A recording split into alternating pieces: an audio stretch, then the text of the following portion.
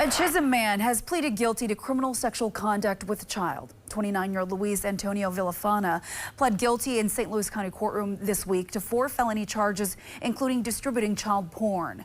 According to charging documents, a Homeland Security investigation in May of 2025 revealed the exploitation of a minor. The BCA, Chisholm Police, and the Department of Homeland Security tracked down the IP address to a Chisholm home. Well, there, authorities found Villafana and child pornography content on his phone. Charging documents allege that Villafana also sent inappropriate images and messages to an 8-year-old girl. Under the plea agreement, he faces up to 15 years in prison with a mandatory 10-year sentence. That sentencing hearing is scheduled for October 7th.